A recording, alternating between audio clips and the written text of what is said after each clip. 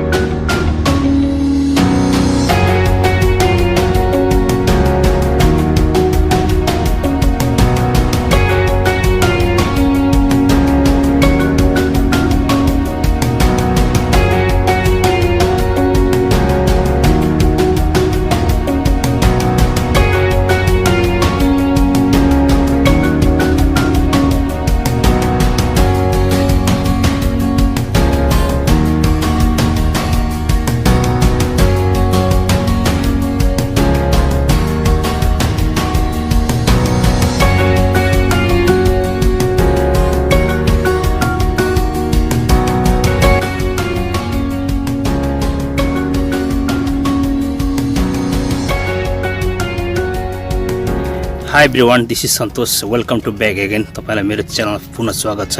यो चाहिँ योभन्दा अगाडि चाहिँ मैले चाहिँ यसको चाहिँ उखालेर ठुलो पोटदेखि भनौँ एउटा चाहिँ होइन अब थर्मोकुलरको बक्स थियो, त्यसमा मैले प्लान्टिङ गरेको थिएँ। त्यसबाट म जबरजस्ती निकालेर मैले चाहिँ यसलाई प्लान्टिङ गरेको। त्यसमा जरा तलको पुरै छुट्टिएको थियो। हेर्नुहोस् अहिले यस्तो छ अवस्था। अहिले मजाले चाहिँ एकदमै ग्रिनरी भएको छ, सुट्सहरू आएको छ, राम्रो एकदमै हरियाली भएको छ, राम्रो चट्टै भन्छ भन्न योग्य भएको छ। हेर्नुहोस् अहिले र तल ट्रङ्क पनि एकदम थिकनेस हुँदैछ। यो चाहिँ मैले चाहिँ गमलामा रोपेको छु। यसलाई फेरि अझ चाहिँ अब नेक्स्ट इयर यसको ट्रङ्कहरू अझ युज हुन्छ। त्यसपछि यसलाई चाहिँ राम्रो चट्ट परेको एकदम पर्सी बोर्डमा प्लान्टिङ गर्ने मेरो चाहिँ सोच छ, भावी सोच थियो। र थप त्यसको ब्रान्चहरू मैले यहाँ काटेर रोपिदिएको थिएँ होइन। अब अरू यस्तै हो, उम्रिरहेको छ जताततै। हेर्नुहोस् बाँचिरहेको छ, सबै यो बाँचेको अवस्था हो। हेर्नुहोस् सबैतिर बाँचेको छ। यो पनि छ हरियो छ है, बाँचेको छ। हेर्नुहोस् त्यस्तो छ हेर्नुहोस्। र यो चाहिँ अब फाइकस हो यो होइन। अब योभन्दा अगाडि मैले भिडियो अपडेट गरेको थिएँ तपाईँहरूलाई।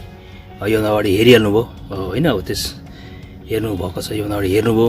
यो चाहिँ फाइकस हो, यसको डिजाइन चाहिँ यस्तो छ। त्यो चाहिँ अब जबरजस्ती अब त्यत्तिकै माटोमा चाहिँ अब त्यति सप्रिएको थिएन होइन अब भने जस्तो। तर अब एक किसिमको र ठिकै पनि भन्नु पर्यो। र बन्साई बनाउन धेरै मेहनत गर्नुपर्छ, धेरै गाह्रो छ। धेरै धारणा राख्नुपर्छ होइन। आत्तिएर हुँदैन हामीले, त्यसैले धेरै टाइम लाग्छ बनाउन। हामीले मेहनत चाहिँ गर्नुपर्छ, कन्टिन्युसन दिनुपर्छ बन्साई बनाउन। यसको सेप पनि एक खालको डिजाइन राम्रो छ। हेर्नुहोस् तलबाट आएको छ टक्कै माथि। हेर्नुहोस् यसको माथिबाट गएको छ। माथिबाट फेरि एउटा चाहिँ अब मैले बुसी टाइपको अम्ब्रेला सेपको बनाएको छु। यसलाई अब थप फेरि सुट्सहरू राम्रो डेभलपमेन्ट हुन्छ। त्यसपछि म काटेर फेरि अझ यसलाई चाहिँ राम्रो खालको सेप दिन्छु म यसलाई। त्यो खालको छ यसको सेप राम्रो छ एक खालको होइन, झिकझिक खालको छ होइन। अब लेफ्ट राइट निकालेको छु ब्रान्च त्यसमा पनि।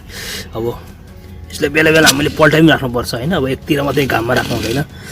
यसको रेहरू एकदम किरणहरू चौथर पाउनुपर्छ यसले, अनि भने जस्तो विकास हुन्छ। सपोज यो साइडमा त्यति डेभलप भएको छैन, यो जुन चाहिँ सुट्सहरू आएको छैन नयाँ नयाँ, किनभने यसले पूर्णतया राम्ररी पाएको छैन अहिले घाम।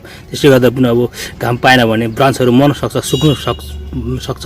त्यसले गर्दा हामीले त्यो पनि ख्याल गर्नुपर्छ। एकदमै घामको किरणहरू पाउने ठाउँतिर हुनुपर्छ, घुमाइराख्नुपर्छ हामीले एकदम होइन। अब टर्न गरिराख्ने, लेफ्ट एन्ड राइट अब घुमाइराख्ने, त्यो पनि एउटा हामीले बन्साई बनाउने ध्यान दिनुपर्छ।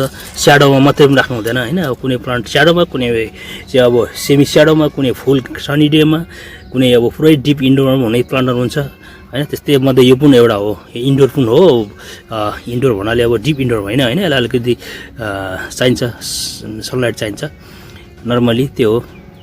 अथवा इन्डोर पनि हामी रोप्न सकिन्छ भने अब एक हप्ता चाहिँ अब भित्र राख्ने, अनि एक हप्तामा फेरि एक दिन चाहिँ बाहिर घाममा राख्नुपर्छ। त्यसो गर्दा फेरि सर्भाइभ गर्न सक्छ। त्यो पनि छ इन्डोरको लागि, त्यसो गर्दा पनि बाँच्न सक्छ। यस्तो छ हेर्नु यसको चाहिँ सेप होइन। अब यता एउटा यता झरेको छ, यता त्यसपछि एउटा लेफ्ट राइट यसरी माथि अब यस्तो छ।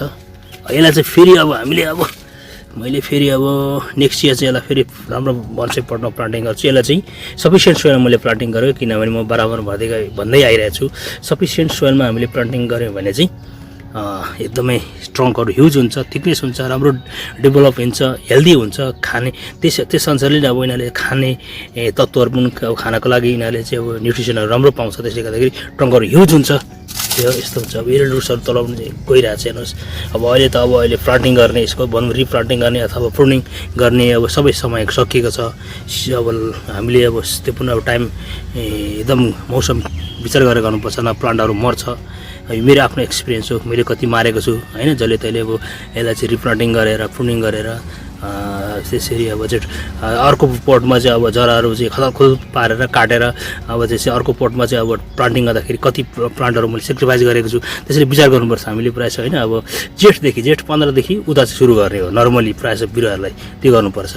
र अब सेक्युरिटी अप्नाएर गर्दा हुन्छ पनि, बाँच्छ पनि। तर हामीले चाहिँ नर्मली बन्साई बनाउने हो भने रिप्लान्टिङ गर्ने, अर्को पोटमा ट्रान्सप्लान्ट गर्ने हो भने चाहिँ हामीले जेठ 15-20देखि सुरु गर्नुपर्छ। नत्र भने गाह्रो छ। यो जेठ 15-16देखि गर्ने, जेठदेखि असार साउन भदौ अन्तिमसम्म गर्न सकिन्छ। त्यो चाहिँ नर्मली 4-5 महिना चाहिँ हो मेन हामीले टार्गेट चाहिँ त्यो गरेर गर्नुपर्छ हामीले। त्यसरी हुन्छ। ओके। हेर्नुहोस् ल ठिक छ ओके तपाईँलाई यो मेरो भिडियो कस्तो लाग्यो यदि मन पऱ्यो भने मेरो च्यानललाई थोरै माया गरिदिनु होला सब्सक्राइब गरेर नोटिफिकेसन बेल दबाइदिनु होला किनभने सब्सक्राइब गरेर नोटिफिकेसन बेल दबाइदिनु भयो भने थप ऊर्जा मिल्छ तपाईँहरू बिचमा फेरि यस्तै बन्साई बनाएर होइन अब सेयर गर्ने मलाई पनि अब ऊर्जा मिल्छ चाहिँ यसरी सब्सक्राइब गरेर नोटिफिकेसन बेल दबाइदिनु भयो भने मलाई थप ऊर्जा मिल्छ ताकि आउने दिनहरूमा फेरि यस्तै यस्तै भिडियो बनाएर तपाईँहरू समक्ष म प्रस्तुत गर्ने मलाई चाहिँ ऊर्जा मिल्छ ओके त्यसो भन्न चाहन्छु र मेरो च्यानल थोरै माया गरिदिनु होला okay thanks for watching this video बनाउँछु okay bye see you Thanks for watching this video. If you like this video, please don't forget to like, share and comment. And finally, please subscribe my channel, hit the bell icon. Thank you so much.